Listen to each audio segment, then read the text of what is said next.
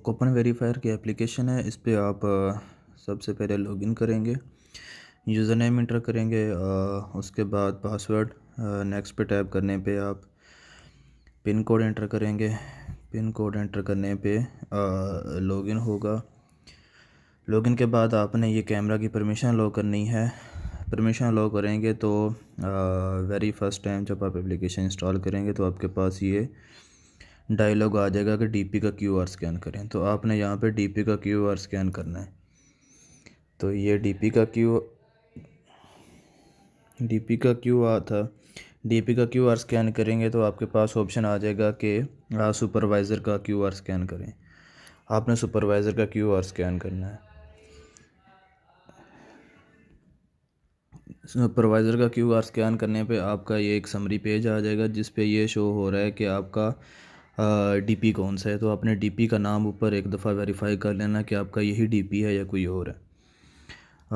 उसके बाद आप सबसे पहले सिंक के बटन पर टैप करेंगे और ये आपने मेक श्योर करना है कि जब सिंक के बटन पे आप टैप करें तो आपका इंटरनेट कनेक्टेड हो। जैसे सिंक के बटन पे आप टैप करेंगे तो आपको यहाँ पे ये शो हो रहा है कि सबसे ऊपर इस डीपी पे टोटल कितने हाउस होल्ड रजिस्टर्ड हैं जिन्होंने आपके पास आना है। और उसके बाद टोटल रिडीम कूपन, ये वो वाले कूपन हैं जो इस डीपी पे टोटल कितने कूपन अभी तक रिडीम हो चुके हैं। और नीचे है remaining house holds. It means कि इस डीपी पे अभी तक कितने जो हाउस होल्ड्स हैं वो रिमेनिंग हैं जिन्होंने इस डीपी पे आना है। टोटल नंबर ऑफ़ आईटीएंस ये हैं इस डीपी के टोटल आईटीएंस, मतलब इस डीपी पे टोटल कितने आईटीएंस पड़े हुए हैं। और अपलोडेड फॉर्म्स बाय यू के ये जो यूज़र है जिसने इस मोबाइल पे लॉगिन किया है उसने अभी तक कितने फॉर्म अपलोड कर दिए हैं, कितने उसके पास लोकल डीबी में पड़े हुए हैं। लोकल डीबी में उस केस में जाएंगे अगर आपका नेट डिसकनेक्टेड था और आप डिस्ट्रीब्यूशन कर रहे थे तो लोकल डाटाबेस में आपके फॉर्म पड़े रहेंगे और आप अपलोड पे टैप करेंगे वो सर्वर पे अपलोड हो जाएंगे। और नंबर ऑफ़ डिस्ट्रीब्यूटेड आईटीएंस का मतलब ये है कि इस डीपी से अभी तक टोटल कितने जो हैं वो आपने आईटीएन डिस्ट्रीब्यूट कर दिए हैं। ये समरी का पेज है। जैसे ही आप सिंक पे टैप करेंगे आपने नेक्स्ट टाइम क्या करना है कि क्यूआर वेरीफाई करना है। क्यूआर वेरीफाई के लिए आप नेक्स्ट पे टैप करेंगे। जैसे नेक्स्ट पे टैप करेंगे तो आपके पास एक डायलॉग आ जाएगा, स्कैन क्यूआर प्रिंटेड कूपन।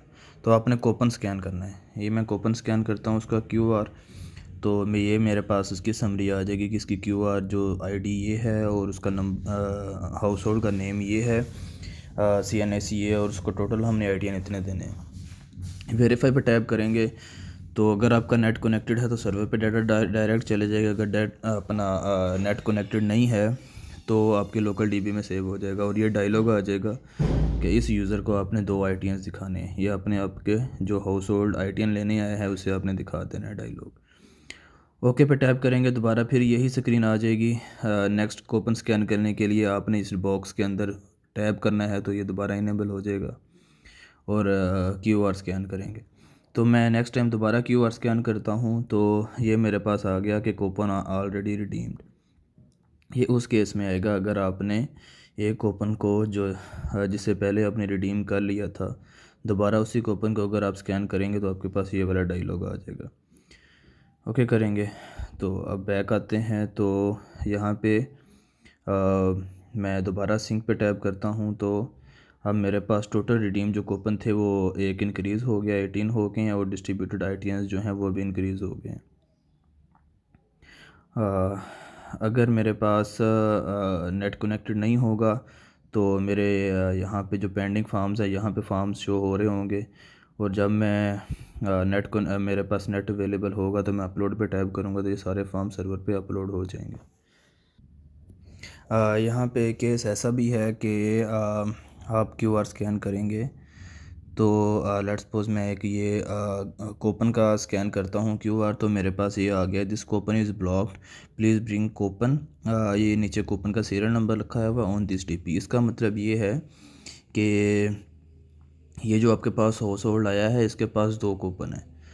तो ये जो ये वाला कूपन है जो सामने शो हो रहा है, ये वाला कूपन अगर इसी डीपी पे लेके आएगा तो इसको आईटीएन मिलेंगे, अदरवाइज़ आईटीएन नहीं मिलेंगे। ये चीज़ आपने एक नोट करनी है। यहाँ पे एक और दूसरा केस ये भी हो सकता है कि आप नेक्स्ट पे टैप करेंगे, कूपन स्कैन करेंगे तो आपके पास ये डायलॉग आ जाएगा कि this coupon is blocked, please bring coupon. ये वाला नीचे जो कूपन नंबर है ये आपने ये इस डीपी पे लेके जाना है। नीचे CMH एक डीपी है, डीपी का नाम शो हो रहा है। इसका मतलब ये है कि ये जो हाउस होल्ड आपके पास कूपन लेके आया है ये आपके डीपी पे ब्लॉक हुआ है, किसी और डीपी पे जो ये नीचे शो हो रहा है CMH, उस डीपी पे अगर ये लेके जाएगा तो वहाँ से ये अपने आईटीएन्स कलेक्ट कर सकता है। तो ये दो केसेस हैं, एक ये कि एक जो हाउस होल्ड आपके पास आया है उसका कूपन ब्लॉक है, लेकिन दूसरा जो कूपन है वो इसी डीपी पे लेके आएगा। और दूसरा केस ये है कि जो आपके पास हाउस होल्ड आया है वो आपके पास डीपी जो कूपन लेके आया है वो आपके डीपी पे ब्लॉक है, लेकिन किसी और डीपी पे वो लेके जाएगा तो वहाँ से आईटीएन वो कलेक्ट कर सकता है। ये दो केसेस आ सकते हैं आपके पास। एक और केस हो सकता है जिसमें ये होगा कि आप यहाँ पे आते हैं लेकिन आपके पास जो हाउस होल्ड कूपन लेके आया है उसका जो है क्यूआर वो डैमेज है। तो आपने क्या करना है, ये ऊपर डैमेज का क्यूआर का ये एक ऑप्शन आ रहा है, आप इस पर टैप करेंगे तो ये एक सीरियल नंबर आ गया। यहाँ पे आप सीरियल नंबर यहाँ पे इंटर करेंगे। लेट्स सपोज मैं इंटर करता हूँ 00160020040Y7। सबमिट करता हूँ तो मेरे पास अगर ये कूपन मेरे डीपी का है और रिडीम नहीं हुआ हुआ तो वही समरी पेज आ जाएगा जो पहले आया था फर्स्ट केस में। अदरवाइज़ वही मैसेजेस आएंगे जो जो आपने क्यूआर स्कैन पे आते हैं। तो ये एक ऑप्शन है, अगर आपके पास एक कूपन आता है जिसका क्यूआर ख़राब हुआ हुआ है लेकिन उसका सीरियल नंबर ठीक है तो आप इस तरह से उसके रिडीम कर सकते हैं। लेकिन मेक श्योर करना है आपके जो फर्स्ट 4-5 दिन होंगे उनमें ये होगा कि आपने सिर्फ वही कूपन्स रिडीम करने हैं जो ओरिजिनल कूपन्स हैं। मतलब अगर कोई बंदा आपके पास आ जाता है जिसका CNAC है, कूपन उसके पास नहीं है, उसे आप ट्रीट नहीं करना। और अगर कोई फ़ोटो कॉपी लेके आता है उसे भी आपने ट्रीट नहीं करना। डे 5th पे एक रजिस्टर का बटन है, उस पर आप टैप करेंगे। ये डे 5th या डे 6th पे जो भी आपकी जो ऑपरेशनल मैनेजमेंट होगी वो आपको बता देंगे कि किस दिन पे आपने वो वाले कूपन्स या वो वाले हाउस होल्ड को एंटरटेन करना है जिनके पास कूपन नहीं है या फ़ोटो कापीज़ हैं। उसके लिए आपने रजिस्टर पे टैप करना है। रजिस्टर पे टैप करेंगे, आपके पास दो ऑप्शन आ रहे हैं, CNAC और कूपन क्यूआर। अगर कोई ऐसा बंदा जिसके पास कूपन नहीं है उसके पास CNAC है तो आप CNAC पे जाएंगे। CNAC पे जाएंगे तो आपने CNAC की जो टाइप है वो सिलेक्ट करनी है और उसके बाद उसका CNAC इंटर करना है। मैं यहाँ पे एक CNAC इंटर कर रहा हूँ।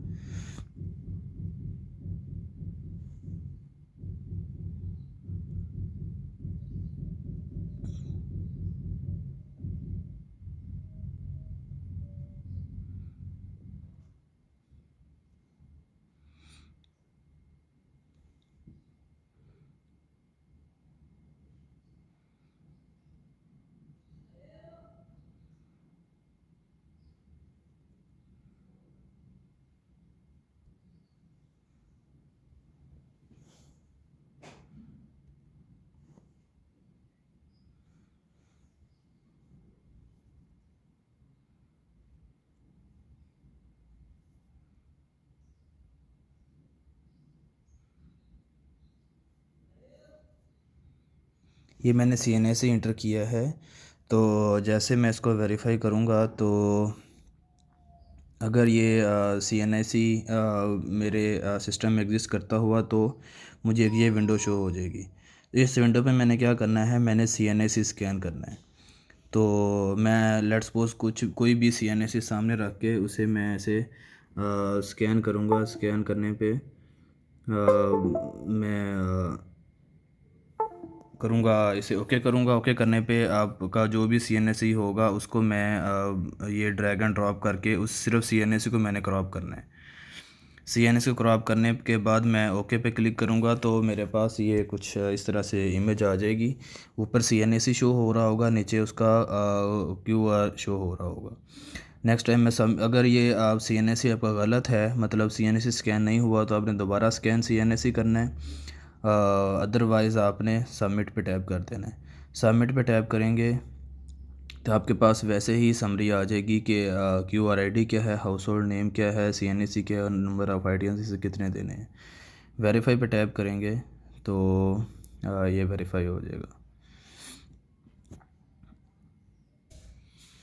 और अगर कोई बंदा आपके पास कूपन की कॉपी लेके आता है तो आप उसके कूपन के QR पे टैप करेंगे। उसका कूपन जो है वो स्कैन करेंगे। तो जैसे ही आप स्कैन करेंगे तो आपके पास उसकी डिटेल आ जाएगी इसी तरह से कि QR ID, house hold name, CNSE और ITNs। अगर ये आपकी DP का है तो आपको इसी तरह डिटेल आ जाएगी। अगर आपकी DP का नहीं है तो वही डायलॉग्स आपके सामने आएंगे, दो जो मैंने आपको ऑप्शंस पहले बताई थी। तो वेरीफाई करेंगे, ये वेरीफाई हो गया और उसके बाद नेक्स्ट टाइम के लिए इसका फिर वही स्क्रीन आ जाएगी कि ओपन स्कैन के लिए आप इस डब्बे में टैप करेंगे तो ये दोबारा इनेबल हो जाएगा स्कैनिंग के लिए। मैं दोबारा इसी कूपन को स्कैन करता हूँ तो क्योंकि ये अपलोड नहीं हुआ था किसी वजह से, तो ये दोबारा से इसकी समरी आ गई है। Thank you.